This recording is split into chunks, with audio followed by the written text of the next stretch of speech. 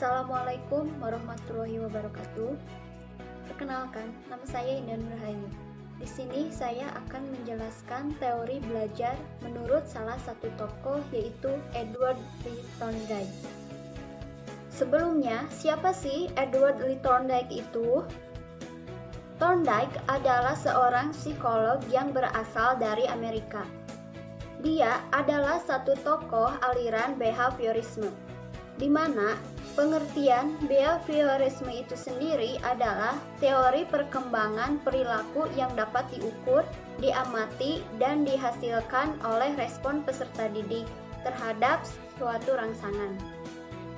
Tanggapan suatu rangsangan dapat diperkuat dengan umpan balik positif atau negatif terhadap perilaku kondisi yang diinginkan. Pengertian ini dikemukakan oleh Arya pada tahun 2010. Nah, sekarang kita akan membahas tentang teori belajar menurut Thorndike. Pertama, akan dibahas awal mula atau sejarah munculnya teori Thorndike ini. Pada tahun 1898, Thorndike melakukan sebuah eksperimen atau penelitian pada binatang, yaitu dengan mempelajari pikiran binatang.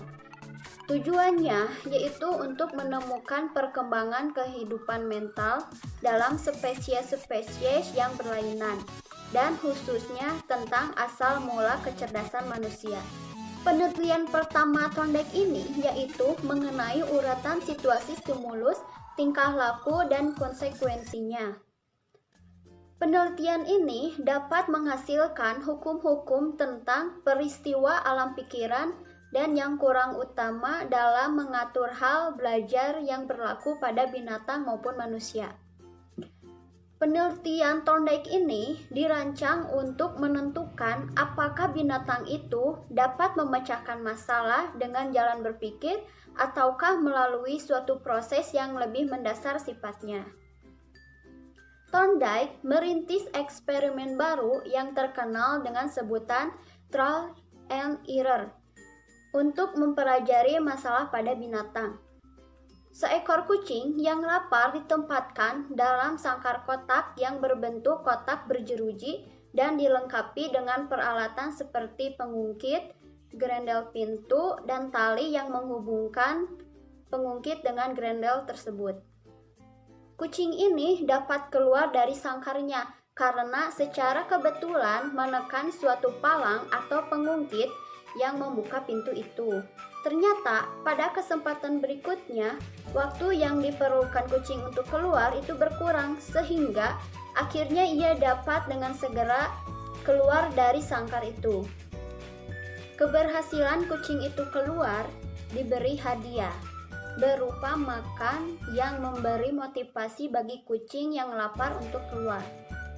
Keadaan bagian dalam sangkar yang disebut puzzle box atau teka-teki itu merupakan stimulus yang merangsang kecil untuk bereaksi melepaskan diri dan memperoleh makanan yang ada di muka pintu.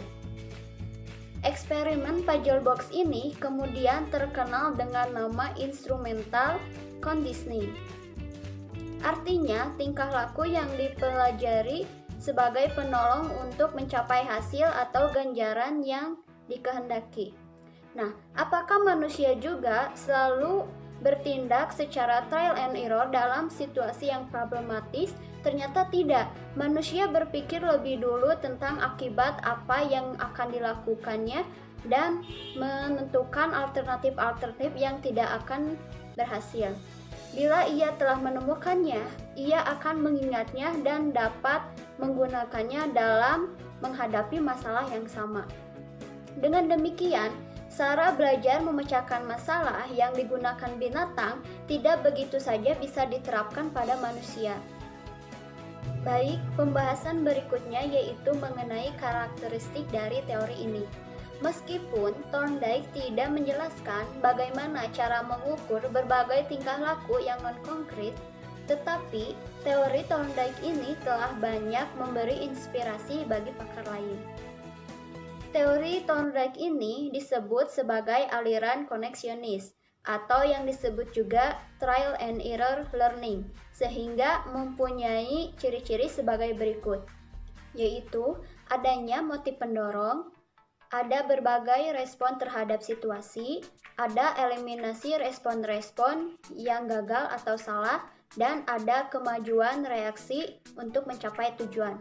Kemudian ada 3 hukum belajar yang diturunkan berdasarkan hasil penelitiannya. Yang pertama ada hukum efek. Hukum ini menyebutkan bahwa keadaan memuaskan menyuruh respon memperkuat pautan antara stimulus dan tingkah laku. Sedangkan keadaan yang menjengkelkan memperlemah pautan itu. Thorndike kemudian memperbaiki hukum efek itu sehingga hukuman itu tidak sama pengaruhnya dengan ganjaran belajar.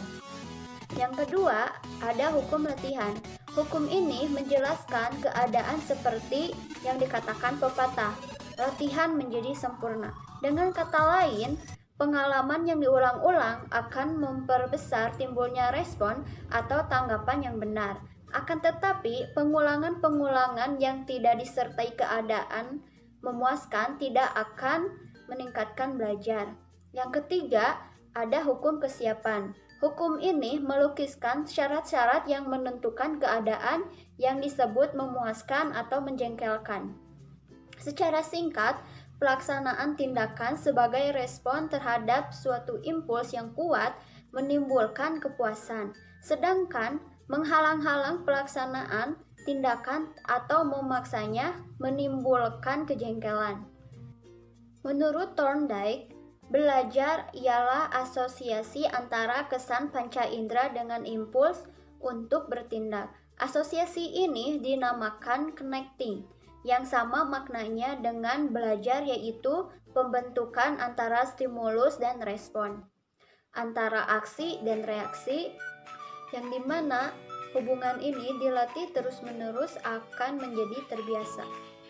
Jadi, hasil kesimpulan dari teori Thorndike ini yaitu bahwa Thorndike telah menemukan teori koneksionisme yang didapatkan berdasarkan eksperimen menggunakan binatang untuk mengetahui fenomena belajar.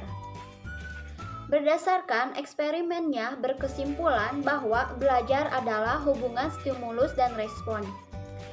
Koneksionisme juga disebut S.R. Theory dan S.A. Psychology of Learning dan terkenal dengan Trial and Error Learning. Istilah ini menunjuk pada panjangnya waktu atau banyaknya jumlah kekeliruan dalam mencapai suatu tujuan. Yang terakhir, ada implikasi pembelajaran bagi guru dan peserta didik dari teori ini, yaitu dalam menjelaskan suatu konsep tertentu, guru sebaiknya mengambil contoh yang bisa dijumpai dalam kehidupan sehari-hari. Kemudian, mampu memulihkan antara kegiatan pembelajaran yang berisi pesan yang membutuhkan pengulangan. Kemudian, mengembangkan atau merumuskan soal-soal latihan dan membuat kegiatan lebih bervariasi. Lalu, guru bisa memberikan anggukan atau acungan jempol atau isyarat lain kepada siswa yang menjawab pertanyaan dengan benar, serta memberikan hadiah atau ganjaran kepada siswa yang berhasil menyelesaikan tugas. Oleh karena itu juga, apa yang dipelajari oleh siswa di sekolah harus berguna dan dapat dipergunakan di luar sekolah. Misalnya, anak belajar membaca, maka keterampilan membaca dapat digunakan untuk membaca apapun di luar sekolah. Walaupun di sekolah tidak diajarkan bagaimana membaca koran, tapi karena huruf-huruf yang diajarkan di sekolah sama dengan huruf yang ada di dalam koran, maka keterampilan membaca di sekolah dapat ditransfer untuk membaca koran atau untuk membaca majalah atau bacaan yang lain. Nah, di dalam proses pengajaran pun, sebagai seorang pendidik, kita harus bisa memperhatikan situasi peserta didik dan menciptakan hubungan respon siswa yang diharapkan. Dan harus bisa juga menciptakan suasana belajar sedemikian rupa. Mungkin hanya itu yang bisa dapat saya sampaikan. Atas kekurangannya saya mohon maaf. Saya ucapkan terima kasih. Wassalamualaikum warahmatullahi wabarakatuh.